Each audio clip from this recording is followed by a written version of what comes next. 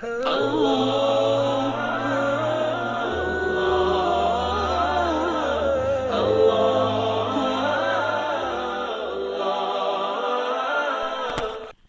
اللہ الرحمن الرحیم الحمد للہ رب العالمین والصلاة والسلام على سید المرسلین وخاتم النبیین محمد وآلہ واصحابہ اجمعین اما بعد فاعوذ باللہ من الشیطان الرجیم ما عندکم ینفد وما عند اللہ باق صدق اللہ العظیم۔ معزز سامعین، آج کل کے معاشرے میں مال و دولت، حکومت و اقتدار کو عزت کا باعث سمجھا جاتا ہے۔ کسی بھی شخص کو عزت بینک بیلنس کی بنیاد پر دی جاتی ہے۔ اگر وہ بڑا تاجر ہے، مہنگے ترین پاش علاقے میں اس کا بنگلہ ہے، آگے پیچھے ہارن بجاتی ہوئی گاڑیاں اس کے ساتھ ہیں، تو ہر شخص اس کو عزت دینے میں ایک دوسرے سے آگے بڑھنے کی کوشش کرتا ہے۔ لیکن اس کے برخلاف کوئی اللہ کا نیک بندہ علم و عمل، زہد و تقوی اور خوف خدا کی عظیم الشان خوبیوں سے آراستہ ہو کر معمولی حلیے میں آتا ہے تو لوگ اس کی طرف دیکھنا بھی گوارا نہیں کرتے۔ حالانکہ دنیا کی یہ لذتیں یقیناً ختم ہو جائیں گی، نیک اعمال اور نیکیوں کے بدلے میں ملنے والی آخرت کی نعمتیں ہمیشہ باقی رہیں گی۔ جیسے کہ اللہ تعالیٰ نے فرمایا ما عندکم ینفد وما عند اللہ باق، جو کچھ تمہارے پاس ہے وہ فنا ہو جانے والا ہے، اور جو اللہ کے پاس ہے وہ ہمیشہ باقی رہنے والا ہے۔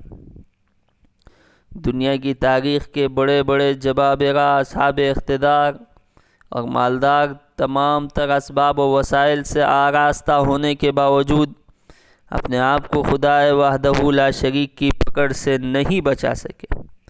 قارون کی دولت ہو کہ فرعون کی حکومت، حامان کا اقتدار ہو کہ ابو جہل کی سرداری، آج کے ظالم و جابر طاقت کے نشے میں چور حکمران ہو یا ماضی اور مستقبل کے، کوئی نہ بچا ہے نہ بچے گا۔ اب میں آپ کو ایک واقعہ اور ایک حدیث کی طرف آپ کو لے کر چلتا ہوں۔ حضرت عبد الرحمن ابن عوف رضی اللہ تعالی عنہ ایک مرتبہ روزے سے تھے۔ بالخصوص یہ حضرت عبد الرحمن ابن عوف کا یہ قول ان لوگوں کے لیے جو مال و دولت کی فراوانی، دنیا کے اسباب عیش و عشرت کی بہتات اور اقتدار و حکومت کے حصول کو ہی سرمایہ زندگی سمجھتے ہیں۔ وہ حضرات صحابی رسول حضرت عبد الرحمن ابن عوف رضی اللہ تعالی عنہ کہ ایک ایک لفظ پر توجہ دے، ان کے دل کے درد کو سمجھنے کی کوشش کرے اور اپنے دلوں میں بھی موت اور آخرت کی وہ تڑپ پیدا کرے جو آخرت میں نجات دلائے اور اللہ کی رضا تک انسان کو پہنچائے۔ واقعہ کیا ہے کہ نبی کریم صلی اللہ علیہ وسلم کی صحبت بابرکت سے فیض یافتہ مشہور صحابی رسول حضرت عبد الرحمن ابن عوف رضی اللہ تعالیٰ عنہ ایک دن روزے سے تھے۔ پورا دن محض رضا الہی کی امید پر بھوک و پیاس کو برداشت کرتے ہوئے گزار دیا۔ افطار کا وقت جب قریب آیا تو گھر والوں نے دسترخوان بچھایا۔ کئی قسم کی چیزوں پر جب آپ کی نظر پڑی، قسم قسم کے میوے ہیں، قسم قسم کے فروٹ ہیں، مختلف قسم کا کھجور ہے، مختلف قسم کی کھانے کی چیزیں ہیں۔ جب صحابی رسول حضرت عبد الرحمن ابن عوف رضی اللہ تعالی عنہ کی نظر اپنے گھر کے اس دسترخوان پر پڑی تو فوراً آخرت کی فکر نے آ گھیرا۔ معزز سامعین، یہ کوئی معمولی بات نہیں ہے کہ کسی کو فکر آخرت یوں ہی پیدا ہو جائے، یہ اللہ کے نبی صلی اللہ علیہ وسلم کی صحبت کی برکت تھی، ورنہ اچھوں کو جب مال و دولت کی بہتات ہوتی ہے آخرت کا بالکل خیال بھی نہیں رہتا، اپنی موت کا اور مرنے کے بعد حساب کا کوئی ان کو یقین ہی نہیں ہوتا۔ اب حضرت عبد الرحمن ابن عوف کو موت کی یاد نے ستانا شروع کر دیا، چنانچہ غربت اور مسکنت کی زندگی گزار کر شہادت کے مرتبے پر فائز ہونے والے اپنے ساتھیوں کو یاد کر کے فرمانے لگے، قتل مصعب بن عمیر وهو خیر منی، حضرت مصعب ابن عمیر کو اللہ کے راستے میں شہید کر دیا گیا، وہ مجھ سے عظیم تھے، کیا ان کو شہید کرنے کے بعد وہ بے حیثیت آدمی ہو گئے؟ اہل اسلام کی نظر میں ان کا کوئی وزن نہیں تھا۔ حضرت عبد الرحمن ابن عوف نے